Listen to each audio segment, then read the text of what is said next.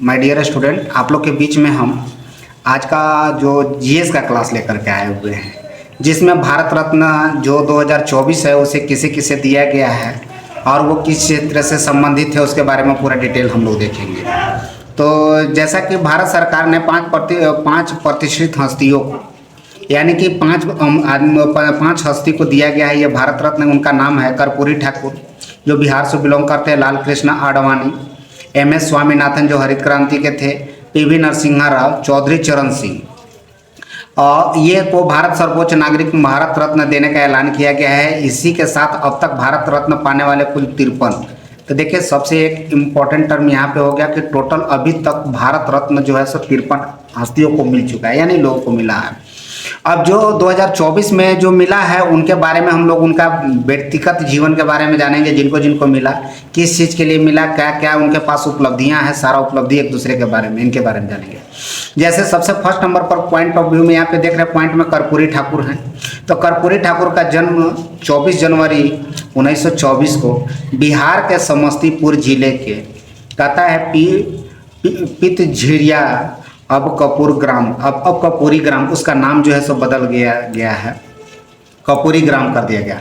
गांव के गोकुल ठाकुर और राम दुलारी देवी के यहाँ हुआ था, यानी कि उनके पिताजी का नाम गोकुल ठाकुर था और मम्मी का नाम क्या था, माता जी का नाम था राम दुलारी देवी, यहाँ हुआ था। अब उनका जो है सो निधन जो है 17 फरवरी 1988 ईस्वी को हुआ था, यानी कि उनका जो मृत्यु हुआ था 1988। तो एक हमारे पास यहाँ से दो चीज़ हो गया। कर्पूरी ठाकुर 1924 ईस्वी में जन्म लिए थे समस्तीपुर में, और यहाँ पे 1988 ईस्वी में उनका निधन हो गया था। लोकप्रियता के कारण उन्हें जननायक, और एक और इम्पॉर्टेंट, ठीक है, तो यहाँ से क्वेश्चन क्रिएट होता है, कर्पूरी ठाकुर को जननायक के रूप में उपाधि से जाना जाता है। क्या चीज़? जननायक। अब 1952 ईस्वी में पहली बार सोशलिस्ट पार्टी के उम्मीदवार के रूप में कहता है ताजपुर निर्वाचन क्षेत्र से जो है सो बिहार विधानसभा चुनाव लड़े थे। पहला बार विधानसभा चुनाव कब लड़े थे? 1952 ईस्वी में। आगे नेक्स्ट पॉइंट हम लोग नेक्स्ट पॉइंट पर हम लोग चलते हैं।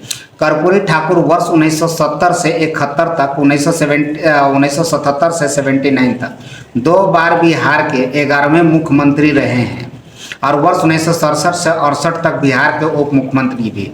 यानी कि कर्पूरी ठाकुर हमारे जो है बिहार के 2 बार मुख्यमंत्री थे और 1 बार उप मुख्यमंत्री भी रहे हैं। अब कहता है बिहार में पहले गैर कांग्रेसी मुख्यमंत्री, यानी कि सबसे पहला बार जो है सो गैर कांग्रेसी मुख्यमंत्री के रूप में भी इन्हीं को उपलब्धि मिली हुई है। उन्होंने भारत में पहली बार अन्य पिछड़ा वर्ग ओबीसी का आरक्षण दिया था। उन्होंने 1977 में मुख्यमंत्री बनने के बाद मुंगेरी लाल आयोग के सिफारिश को लागू किया था, जिसके कारण पिछड़ों को नौकरी में आरक्षण मिली थी। अच्छा, ये जो है अपने पास है, जो सिफारिश आया था मुंगेरी लाल, उसको जो है सो किए थे और पिछड़ा को यहाँ पे आरक्षण मिला था। 1978 में जो है सो उन्होंने एक अभूतपूर्व आरक्षण मॉडल प्रस्तुत किए, जिसमें कहता ओबीसी अधिकतम रूप से पिछड़े वर्ग, ईबीसी महिलाओं को उच्च जातियों के बीच आर्थिक रूप से पिछड़े वर्ग के लिए विशिष्ट कोटे में 26% आरक्षित है, यानी कि जो आरक्षण का आवंटन किया था 26% इन्हीं का देन था। बिहार में उर्दू को दूसरा राजकीय भाषा भी दिए थे, यानी कि उर्दू को जो है सो बिहार का एक क्वेश्चन यहाँ से भी हो जाएगा बाबू कि बिहार का जो है सो दूसरा राजकीय भाषा क्या है, तो उर्दू है। भारत रत्न पाने वाले 40वें, मरणोपरांत पाने वाले 15वें बिहार के ये हैं, चौथे व्यक्ति, भारत रत्न पाने वाले चौथे व्यक्ति।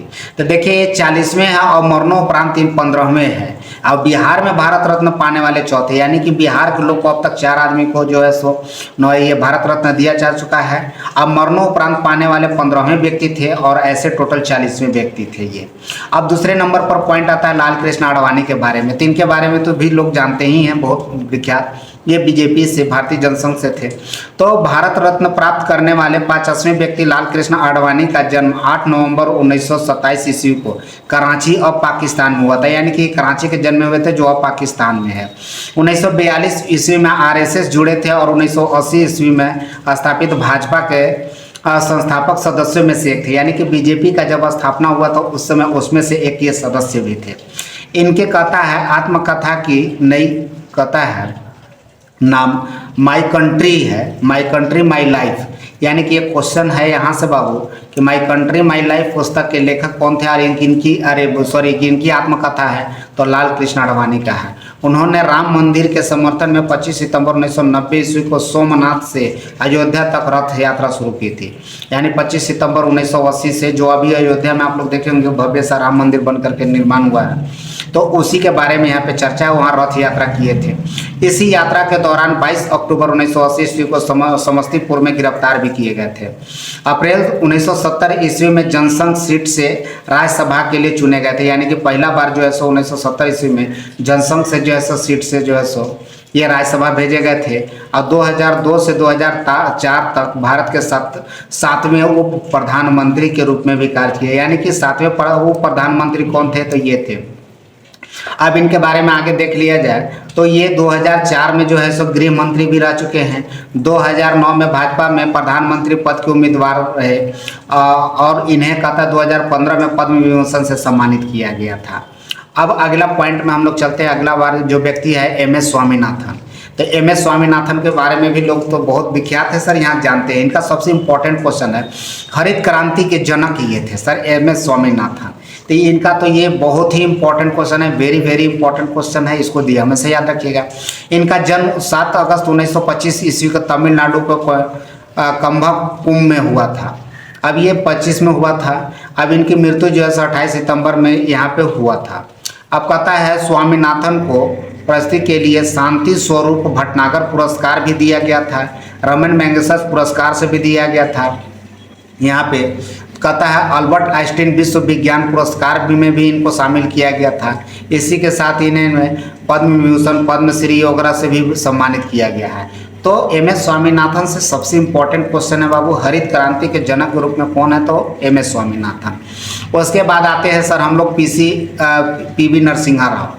इनके बारे में भी जान लेते हैं सर। PV नरसिम्हा राव का जन्म 28 जून 1921 ईस्वी को वर्तमान के तेलंगाना में अब के हैदराबाद में परंगल्ला जिले में हुआ था। यहाँ इनका गांव का नाम भी रखा हुआ है। अब इनके जो है पिता का नाम सीताराम राव और माता का नाम जो है सो रुक्माबाई था। वर्ष 1991 से 1996 तक वे भारत के 9वें प्रधानमंत्री रहे। यानी कि भारत के 9वें प्रधानमंत्री कौन थे? PV नरसिम्हा राव। ये हमारे भारत के प्रधानमंत्री रह चुके हैं।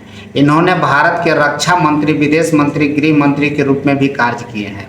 यानी कि हमारे देश में जो है ये पहले रक्षा मंत्री भी रह चुके हैं, विदेश मंत्री भी रह चुके हैं और गृह मंत्री भी रह चुके हैं। लेकिन सबसे इम्पोर्टेंट क्वेश्चन यहाँ से हमारे पास ये है कि 9वें प्रधानमंत्री के रूप में ये कार्य किए थे सर। कब? 91 से 96 तक ये हमारे देश के रहे हैं। और वे 1971 से 1973 तक आंध्र प्रदेश के चौथे मुख्यमंत्री रहे। अब यहाँ से देखिए एक और इम्पोर्टेंट फैक्ट निकल कर आता है कि 1973 तक आंध्र प्रदेश के चौथे मुख्यमंत्री भी हमारे थे। मुख्यमंत्री कौन थे? PV नरसिम्हा राव थे। कब से? 71 से 73 तक थे। 71 से 73 तक। उसके बाद यहाँ पे उसके बाद 73वें और 74वें संविधान संशोधन जो अधिनियम का कार्यान्वित PC नरसिम्हा राव के कार्य के दौरान हुआ था। यानी कि संविधान संशोधन जो है 73वें और 74वें संविधान संशोधन जो हुआ था वो नरसिम्हा राव उस समय वहाँ के आपके PM थे। उसी समय में ये 73वें 74वें पूछा गया था। तो यहाँ से भी क्वेश्चन बन सकता है हुआ कि 73वें संविधान संशोधन के समय में हमारे देश के जो है सो कौन थे प्रधानमंत्री थे, तो ये आपसे पूछा जा सकता है। अब हम लोग अगला पॉइंट पर आते हैं सर। जो 5वें व्यक्ति थे सर जिनको भारत रत्न अभी 2024 में दिया गया है, चौधरी चरण सिंह के बारे में आते हैं। तो चौधरी चरण सिंह का जन्म जो है सो 23 दिसंबर 1902 ईस्वी को उत्तर प्रदेश के मेरठ जिले के नूरपुर में जाट किसान परिवार में हुआ था। यानी चौधरी चरण सिंह का जन्म जो हुआ था यूपी में हुआ था। इनके जयंती पर 23 दिसंबर को राष्ट्रीय किसान दिवस मनाया जाता है। यानी कि यहाँ से क्वेश्चन और बहुत इंपॉर्टेंट क्वेश्चन निकल करके आ गया। एक इंपॉर्टेंट फैक्ट है बाबू कि राष्ट्रीय कृषि दिवस कब मनाया जाता था? 23 दिसंबर को मनाया जाता है। अच्छा, राष्ट्रीय कृषि दिवस 23 दिसंबर को मनाया जाता है तो किस उपलक्ष्य पर मनाया जाता है? तो यहाँ से चौधरी चरण सिंह के जन्मदिन के शुभ अवसर पर, जयंती पर मनाया जाता है। इनकी मृत्यु 29 मई को हुआ था। वो हुआ था 1987 ईस्वी को हुआ था। कब हुआ था? 1987 ईस्वी को हुई थी।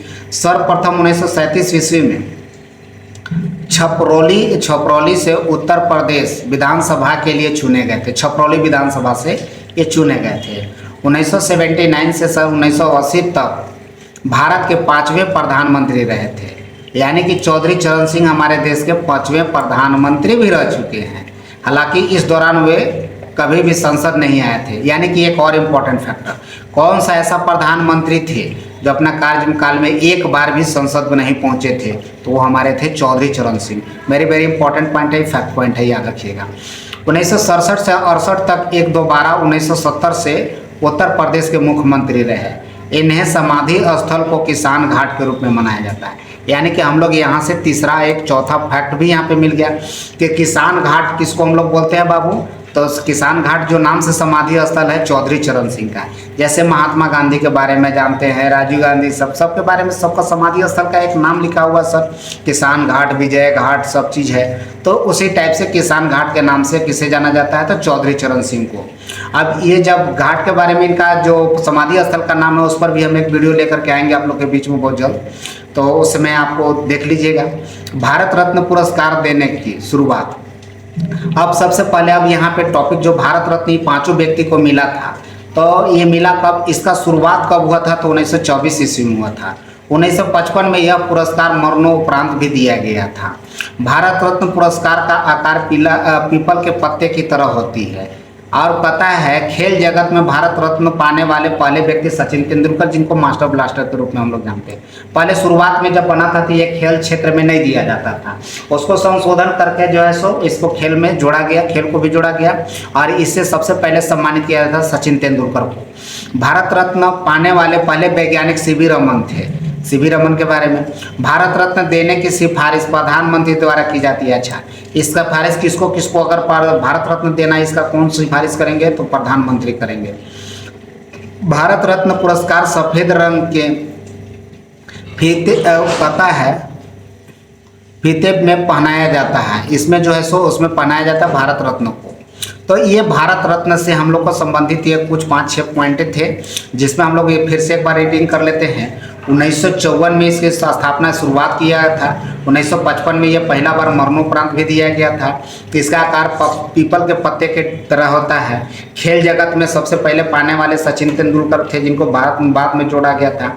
वैज्ञानिक के क्षेत्र में पाने वाले पहला थे सीवी रमन थे। भारत रत्न की सिफारिश कौन करता है, तो प्रधानमंत्री करते हैं। अब इस तरह के अब ये हमारे पास हो गया आज का वीडियो में हम लोग भारत रत्न के बारे में डिस्कस किए। अगर आप लोग को अच्छा लगता हो तो कमेंट करके ज़रूर बताइएगा, अगर कुछ लगता हो तो उससे भी बताइएगा कमेंट बॉक्स में। और अगर चैनल पर नए हैं तो सब्सक्राइब करना ना भूलें और शेयर भी करते रहें। फिर नेक्स्ट वीडियो में मिलते हैं सब कुछ नए टॉपिक के साथ, तब तक के लिए